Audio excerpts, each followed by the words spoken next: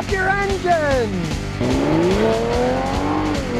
Well, here's bad news as far as I'm concerned. It turns out that Honda and GM are going to have a strategic alliance in North America for both electric motors they're working on and internal combustion hybrid vehicles that are electric and gasoline. Honda, if you're listening to Scotty, bad idea. Look into the history. Decades ago, Toyota had a relationship in North America with GM. Geo Prism, which was basically a Toyota Corolla. Toyota engines, transmissions, they're almost the same car. That ended badly. Toyota decided that the GM quality control was and didn't want their name associated with General Motors. Honda, please, why don't you do a little research about the lack of quality in General Motors? Why would you want to get tied in with this company? The only thing that I can see is they're thinking the far future and electric cars. Because Honda's not that far into electric cars. Say like Volkswagen, that's already planning on building electric cars in Chattanooga, Tennessee by 2022. The factory's already there. So they're going to be making electric cars here in 2022. Honda's come late in the fray, and they decided, oh, we'll pony up with GM for making electric cars. Well, maybe they should have gone further, too, and looked at GM's history with electric cars. Not exactly stunning victories. They built one of the early electric cars was a massive failure. I would not team up with GM if I was Honda. These corporations, who knows what they're thinking? Time will tell. Now, I mean, the Mazda and Toyota relationship they have with a factory in Alabama, that seems like a good idea for both sides because they're sharing some pretty good high-tech technology. Mazda's got some very good engineers, especially in engines. Toyota's got some great engineers. But GM and Honda, maybe Mr. Honda will be rolling in his grave if he hears about this one. Well, don't say Scotty didn't warn you. Hyundai and Kia are just recalling 640,000 sedans and SUVs for a fire risk. They're buying their anti-lock brake modules. There's brake fluid inside, electric solenoids. They're buying them from some other company that has bad quality control, and they can leak. And since they're electronic and hydraulic, they can start a fire. And this isn't like they can. It's already happened to both Kias and Hyundais. Like I say, they're basically the same company now. They say if you own one, be careful. If you see smoke coming out from under the hood, the ABS module is under the hood. You should get out and run away. They've had a lack of quality control in Kia and Hyundai for quite some time, and it's obviously continuing on. Now, so what if they didn't make the part? They're buying the part from somebody. They're responsible. It's got their name on the car. The recalls are for Optimas, Sedonas, and Santa Fe's. And man, it's going to cost them a lot of money on this one because those ABS modules cost a fortune. And from my experience, a lot of times they try to wheedle their way out. They'll look at them, oh, it's not leaking yet. That one's okay, you know.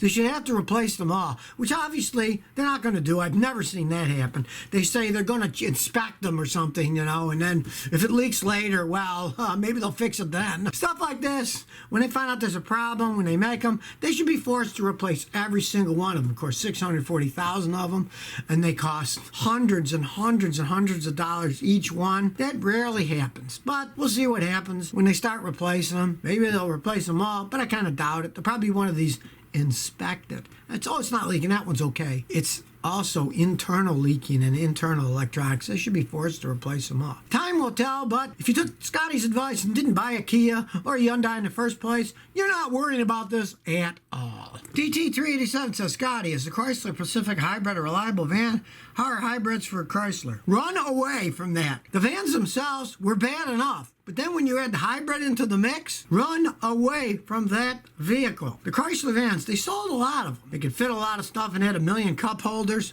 but they're absolutely terrible piles of junk as they age. You add hybrid in it, Chrysler, which isn't known for high quality electronics to begin with, you add that to the mix, don't even think about it. You want hybrid? Get Toyota. They've been making hybrids longer than anybody that are excellent. Now, Honda actually has been making hybrids longer, but the Hondas were kind of a failure. They had their own system, but now from what I've read, the Honda hybrids are kind of copying the Toyota system because they realized it was a better system and they gave up with their own system. If you go into Chrysler, and you're talking about a hybrid van, I wouldn't buy the regular van because they're not dependable. The hybrid ones are even less dependable. Don't even think about it. Listen to Scotty, please. Don't buy that thing or you'll regret it, and then you'll kick yourself and say, why didn't I listen to Scotty? Billy Joe says, I got 2015 Volkswagen Jetta. The engine runs hotter than normal, and I see that the right side fan is not working, but I unplugged it and put power, and then it works. Help. Even though your left fan is operating, but the right fan isn't. The fan module that operates the right fan is part of the left fan assembly. You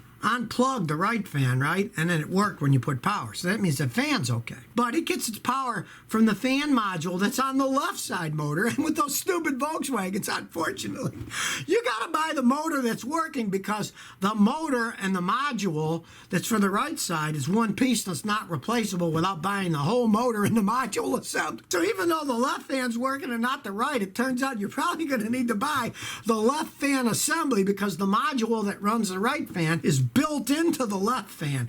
Like I've been telling people for years, the Germans, they over-engineer crap. And to me, the first time I fixed one of those, I couldn't help but laugh, because I'm like, okay, the right fan doesn't work and the left one does.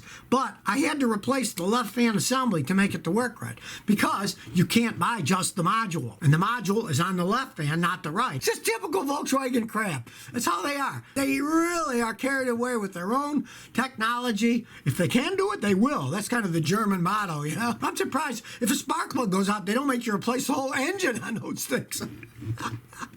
Another reason you should listen to Scotty and don't buy one of those rolling piles of German junk. Larry 19 says, I got an 06 Nissan Maxima V6. I lose coolant and it overheats, but I can't see it dripping anywhere.